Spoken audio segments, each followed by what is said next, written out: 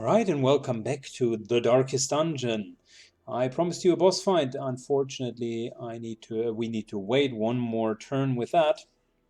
The problem was that we caught ourselves the Black Plague, and with -5 speed and -75 to 2 resists, it is just not really funny to go into a fight. Yet, I took the Antiquarian, since we're anyways not using her during the boss fights, and just took some new classes, or the last classes that you haven't seen so far. The Leopard, whom I would not necessarily consider to be the strongest class. Probably the Leopard is the weakest of all classes. And the reason why that is the case is the Leopard only really works in position 1 and 2, is super slow, doesn't really have incredibly nice skills, only can deal damage, and has a mediocre self-heal. So nothing really is outstanding for the Leopard. However, I wanted to level 1 up just to have a complete roster of every class. Let's take a look.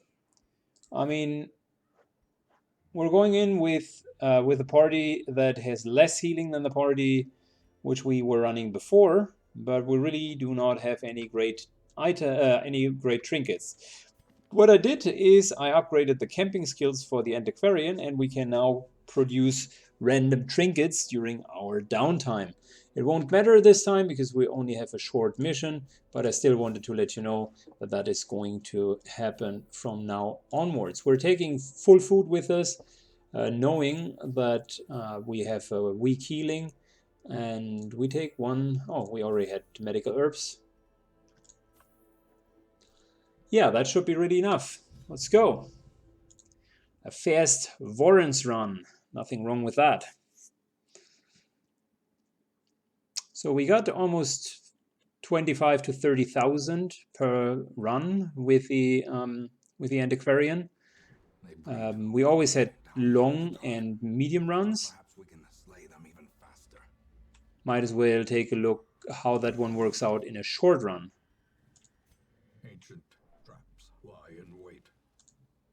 You can see that the Antiquarian really fits into every position. Yeah. That's one of the things that I really appreciate with the character. You can build parties around it.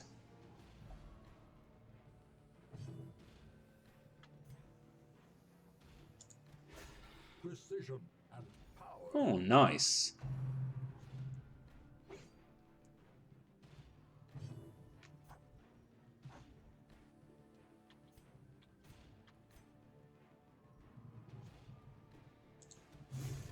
As the fiend falls, a faint hope blossoms.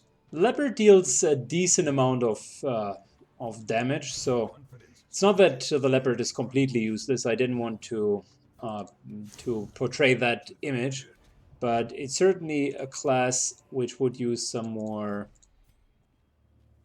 help. It does not cover anything other than damage, and the problem with his way of dealing damage is that the vast majority of the times you will find the dangerous classes in the two later rows. So the stress-inducing monsters, the archers, the damage dealers, all of them are usually in the backline, position 3 and 4 for the enemy.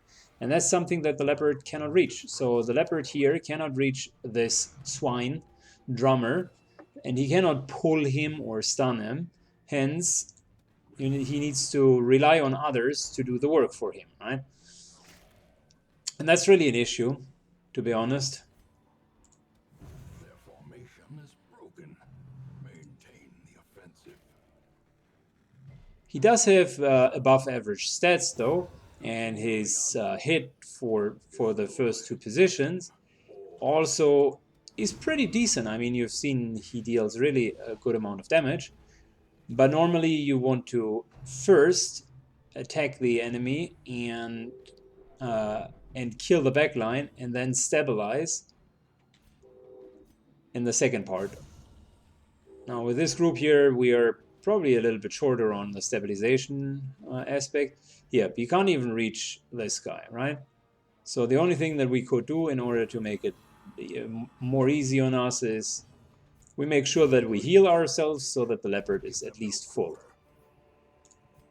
Anyways, that was a little excerpt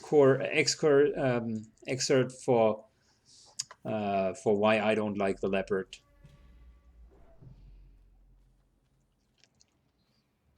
And if you compare him with other damage dealing classes like the Helion, which is also rank 1 frontliner class, the Helion has the ability to attack all the squares, has a double stun, self heal, bleed remove.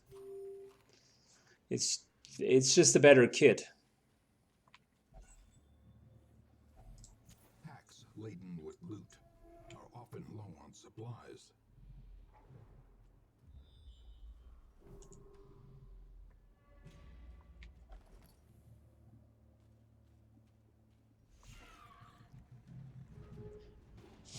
I'm pretty sure we're going to see one more fight and then this dungeon is probably already over.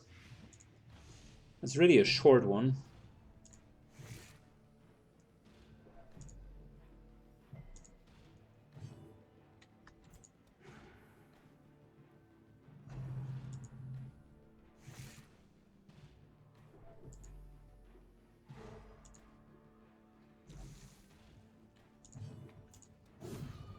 Executed with impunity.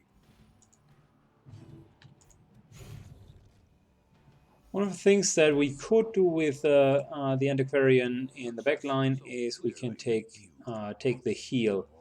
It's not strong, but it is at least doing some healing. So for the recovery phase, that could help us.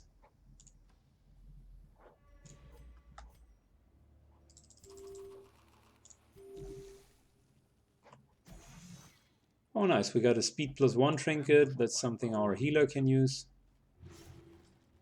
We do not have any bandage. Oh, wait. No, we had bandages. Wow. So bad.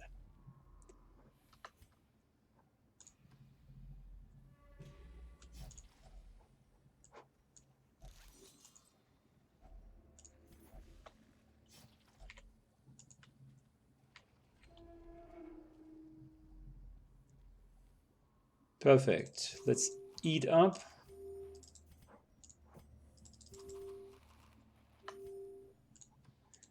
And yeah, there's one more battle. Well, maybe two, if you count the ones inside the corridors.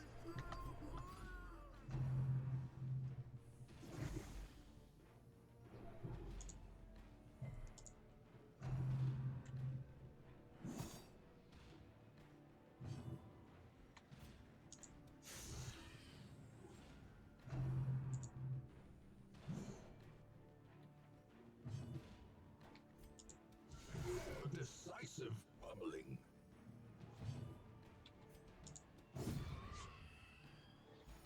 All right, we need to kill this guy back there.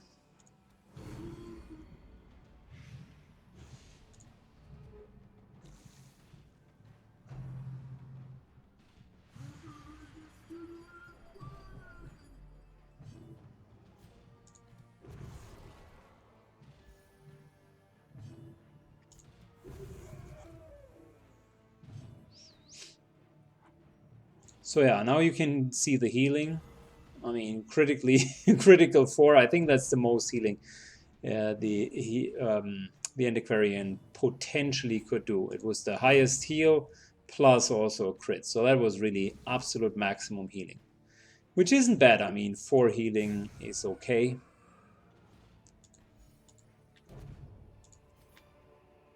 This expedition at least promises success.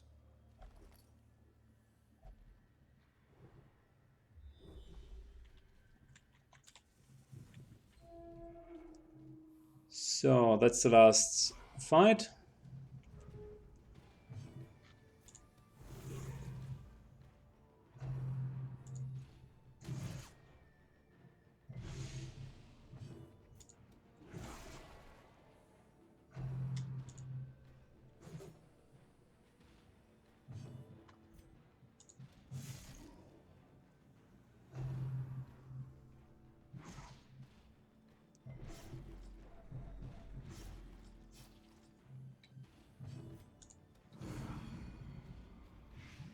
This guy is going to die.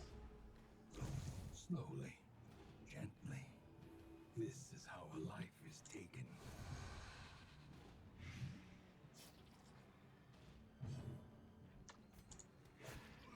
And I think we're going to kill this him relatively fast as well. There we go. Size alone does not dissuade the sharpened blade. Perfect. We got ourselves a bounty hunter only trinket with +2 speed. And a maximum hit point minus speed trinket, which kind of offsets the plus speed. So for him, it's just net +10 hit points, which isn't too bad.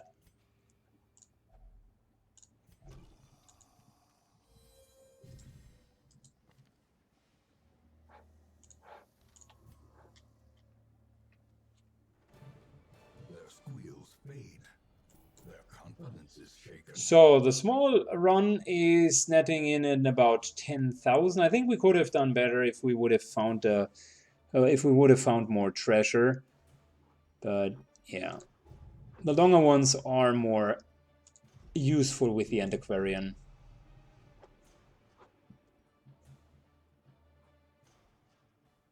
Yeah, none of them are bad. I mean, it doesn't matter when the antiquarian acts. +5 range skills doesn't matter for her. That's completely wasted.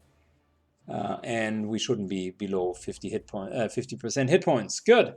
So finally, we can move towards another boss battle. See you in the next mission.